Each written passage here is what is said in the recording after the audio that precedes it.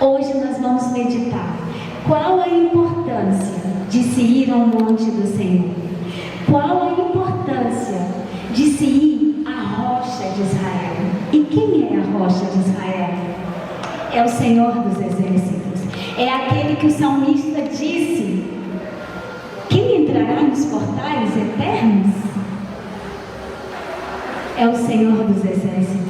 Ele é o Senhor dos Exércitos. E hoje nós vamos mergulhar nas páginas do livro de Isaías. Isaías, ele tinha os lábios impuros e ele habitava no meio de pessoas que tinham lábios impuros. Quando o rei Uzias morre, o céu se abre e ele tem visões do céu. E com essas visões do céu, ele passa a ver serafins. Serafins voavam. E, só um minutinho, Poliana, o que Isaac tem? Oi? É porque se ele precisar de alguma ajuda, tem a salinha das crianças, tá bom? Bom, voltando aqui. Isaías, ele tem visões do céu.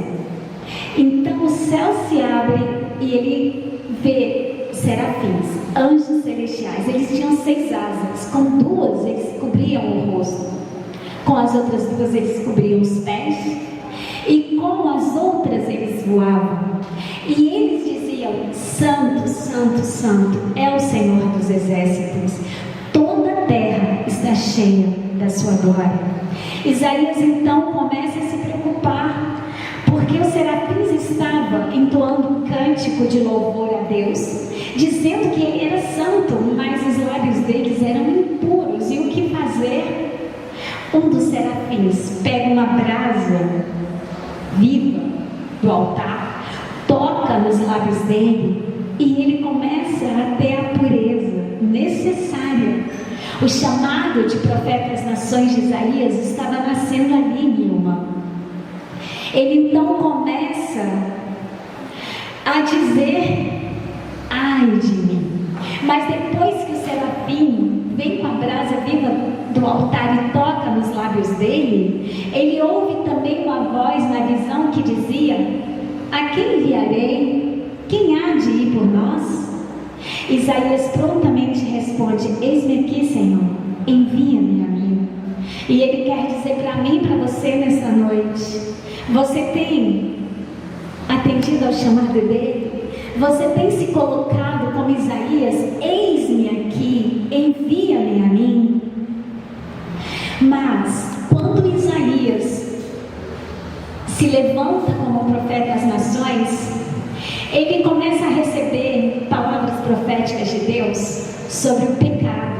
O pecado, ele faz separação entre Deus e o homem. Mas Deus chega para Isaías e fala: Isaías, fala para o meu povo, por mais que os pecados deles sejam vermelhos como a escarlate, eu os tornarei mais branco do que a neve. Vinde, arrazoai, diz o Senhor. Os seus pecados podem ser os mais cruéis possíveis, mas eu tenho uma aliança de redenção. Eu tenho uma aliança que imprimirei no coração de vocês a minha lei. E nós hoje vamos entender qual a importância de subir ao monte do Senhor. Uma delas é a adoração coletiva. Quando Deus chama o povo de Israel e tira do Egito e traz para a nova terra prometida, Deus começa a dar uma ordenação de adoração coletiva. Vem então o tabernáculo de Moisés, a tenda da adoração. Lá existe um rito específico. Depois de Moisés, lá na frente vem Davi. Davi então, ele tem uma tenda da adoração. A arca da aliança estava no meio dessa tenda, e a adoração, ela estava presente. O louvor e a adoração estavam presentes na caminhada do povo de Israel. Mas vem Jesus e olha para Pedro e diz: Pedro, tu és pedra, sobre esta pedra eu edificarei a minha igreja, e as portas dos infernos não prevalecerão contra a minha igreja. E eu e você somos pedras vivas.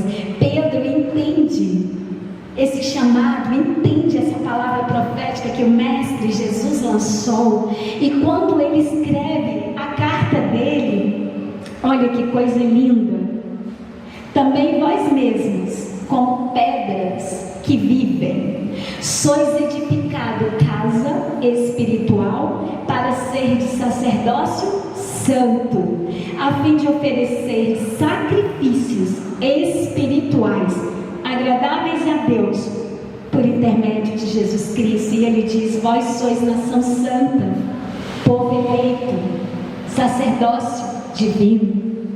Qual a importância de se ir ao monte do Senhor?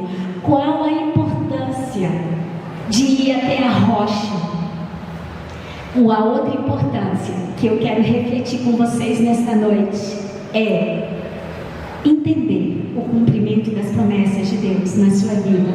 Quantas são as promessas de Deus? Nele tem o sim, porquanto por ele é o amém. Josué, quando conquista a terra prometida, ele diz: nenhuma palavra caiu por terra, todas foram cumpridas. A igreja é o local em que o Senhor ordena as bênçãos. Mas nós não chegamos aqui na casa do Senhor porque nós queremos. Não, é uma dificuldade estarmos aqui. Muitas distrações, muitos compromissos surgem na hora.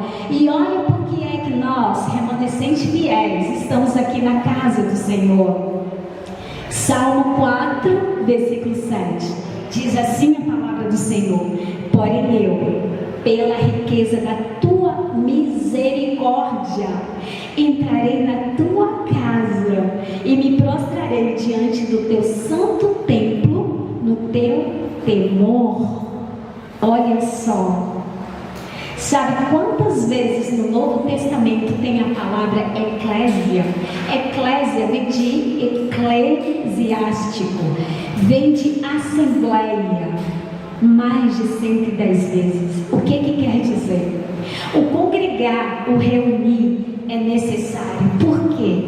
Um cântico haverá entre vós, como na noite em que se celebra festa santa, e alegria de coração, como a daquele que sai ao encontro do Senhor, a rocha de Israel. Por que nós devemos ir ao monte do Senhor e à rocha de Israel? Bom, para percepção dos propósitos divinos para a nossa vida. Deus, Ele nos quer puros, nos quer santos, separados. E a casa do Senhor é o local onde a palavra será ministrada. A palavra, ela limpa. A palavra, ela purifica. A palavra, ela dá a direção da caminhada. E é uma razão de comparecermos perante a rocha de Israel, perante o monte do Senhor. Onde é o seu monte? Onde está a rocha de Israel no seu coração? Quando é que você comparece à presença dele e diz: santo, santo, santo é o Senhor dos exércitos, toda a terra está cheia da glória dele? Vinde, subamos ao monte do Senhor, para que nos ensine os seus caminhos. Isaías recebeu essa palavra profética do Senhor para anunciar ao povo de Israel. Eles tinham ainda guardado no coração o tempo em que estiveram exilados, mas agora era um novo tempo. Era um tempo de se alegrar, era um tempo de haver um cântico na sua boca. Moisés recebeu também o chamado de libertar o povo de Israel. E a primeira vez que Moisés se depara com a glória de Deus foi no monte Horebe. Lá uma sarça ardia. E ele escutou uma voz que diz: Moisés, tira as chinelas dos teus pés, porque porque o lugar que tu estás é santo. E Deus diz para mim e para você: o lugar que você está aqui hoje é santo. É santo. É separado para a glória dele. E é por isso que aqui acontecem milagres, acontecem curas, acontecem libertação. É por isso que aqui a glória do Senhor desce. É por isso que aqui o seu coração ele está alegre. Ele está dizendo: santo, santo, santo é o Senhor dos exércitos. Toda glória se enche da casa dele. Qual era o maior pecado do povo de Israel quando Deus levanta os profetas? E pela madrugada os profetas começavam a anunciar a palavra. O maior pecado era o desvio de ouvir as leis e os estatutos, a palavra de Deus. Qual é o maior pecado nosso que Deus está nos chamando a atenção nesta noite? É se distanciar da disciplina diária de busca pela palavra dele. É a palavra que nos conduz ao caminho em que ele traçou para nós. É a palavra que revela o todo do agir de Deus. Mas como é essa palavra? Eu não posso pegar partes da revelação e tirar ou fazer uma doutrina sobre ela. Eu preciso ter o todo dessa revelação.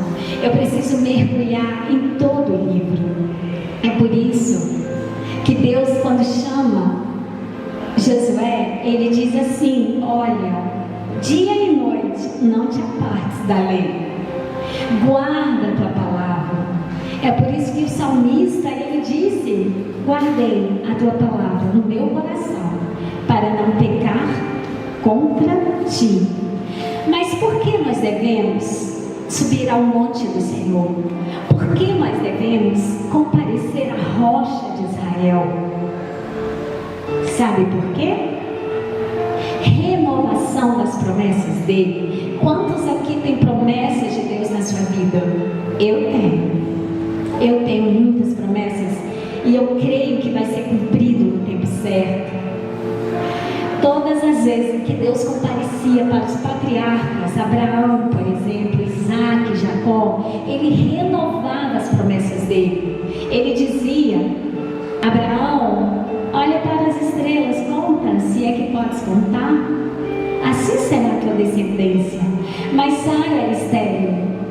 Abraão já estava velho. E aí? Aí vem aquele desânimo, né? Eu tenho promessas, eu digo: Senhor, quantos anos eu tenho essas promessas e elas não se cumprem? Mas Deus é tão perfeito que quando você vem à rocha de Israel, quando você vem ao monte do Senhor, quando você vem à igreja, aqui você é uma pedra viva. E como pedra viva, as promessas também estão vivas e elas serão cumpridas. Qual o tempo? O tempo de Deus. E que tempo de Deus é esse? Porque Ele tem prazer em cumprir as promessas o mais rápido possível. A Bíblia diz que Ele tem prazer em nos galardoar. Mas existe uma guerra entre forças da maldade, forças da bondade. E quando essa guerra ela é travada, esse tempo ele pode ser prorrogado ou antecipado. Quando eu entro nessa guerra com a armadura de Deus para vencer, eu vou fazer como Daniel. Durante 21 dias, Daniel mandou recursos para o céu. E quando Daniel mandou recursos para o céu, desceu Miguel.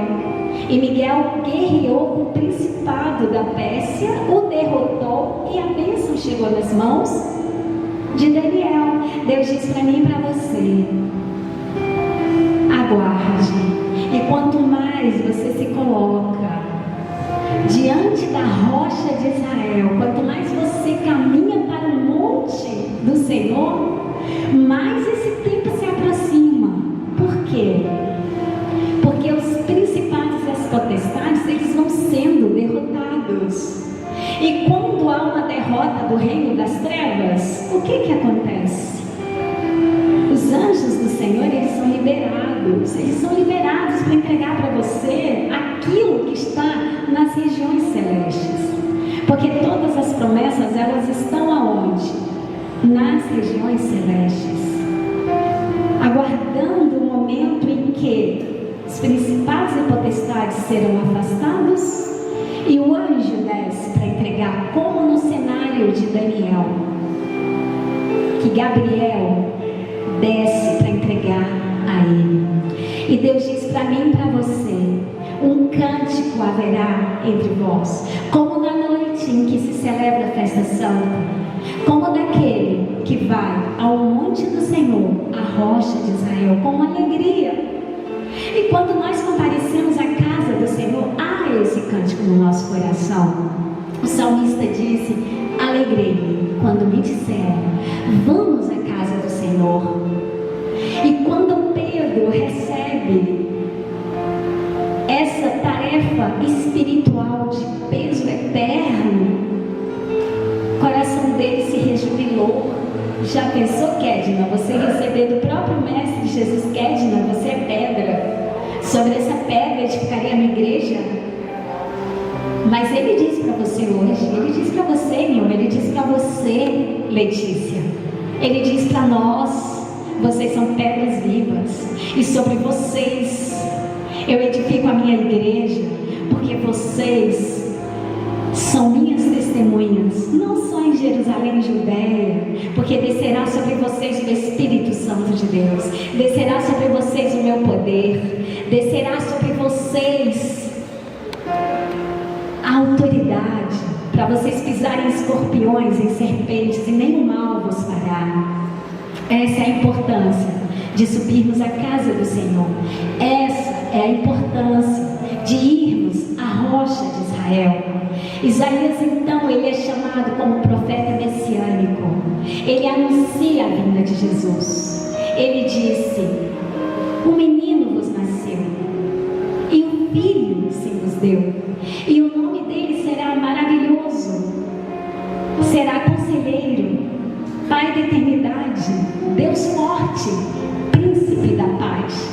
O livro todo de Isaías, ele traz uma carga de esperança, ele traz uma carga de redenção, ele anuncia as boas novas, e ele diz: bem-aventurado são os pés, os calçados daqueles que anunciam o Evangelho.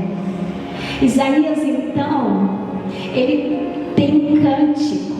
O livro dele começa com um cântico, e o louvor e a oração pontuam esse livro. Para quê? Para nos ensinar que o louvor e a adoração é uma conduta que nós, crentes em Deus, em Jesus, no Espírito Santo dele, não podemos abandonar. O louvor vai falar da glória dele, a oração vai nos colocar nos ritmos eternos, a oração vai nos colocar em conversa sincera com o Pai Criador, e ele vai conduzir os nossos caminhos de acordo com a vontade dele. O livro de Isaías, ele mostra que a adoração é o saldo positivo da fé resultante das grandes lutas que nós temos. Alguém aqui já desenvolveu a sua fé num ambiente sem lutas? Não. O escritor de Hebreus, ele diz: a fé é o firme fundamento das coisas que não se veem. Aquilo que você vê não é fé. E a fé só é possível quando há um resultado de um sofrimento que você teve. Ali você vê face a face Deus. Ali o próprio Criador está dizendo: olha, você não passa de uma flor que ao vento ela murcha e pode cair no chão. Então a sua fé tem que ser apoiada em mim, assim diz o Senhor. A sua fé, ela vai te colocar nos ambientes do impossível. Pela fé, prostituta Raabe escondeu os espias, assim diz a palavra de Deus, pela fé. Abraão foi pai de nações, pela fé Sara, estéril, gerou, pela fé nós chegamos até a casa de Deus, porque não é porque nós somos melhores do que quem não está aqui. Eu vou repetir o versículo, que é muito profundo, que está em Salmos 4, que diz: porém eu, pela riqueza da tua misericórdia, entrarei na tua casa e me prostrarei diante do teu templo, no teu temor. Olha que coisa linda. A gente está aqui não porque a gente quer, mas porque o próprio Deus nos conduz até aqui. E isso com cordas de amor, porque o amor dele é muito grande. Então eu quero repetir para vocês: um cântico haverá entre vós, como na noite em que se celebra a festa santa, e alegria de coração, como a daquele que vai ao monte do Senhor, a rocha de Israel. Amém? A paz de Deus, gestão da espiritualidade. Como vencer inimigos invisíveis. É um livro que o Senhor me ordenou a escrever, e aqui existem 8 armas descritas que nos ajudarão a vencer os conflitos interiores. Todas elas em conformidade com a palavra de Deus. Um livro super fácil de ler, apenas 100 páginas.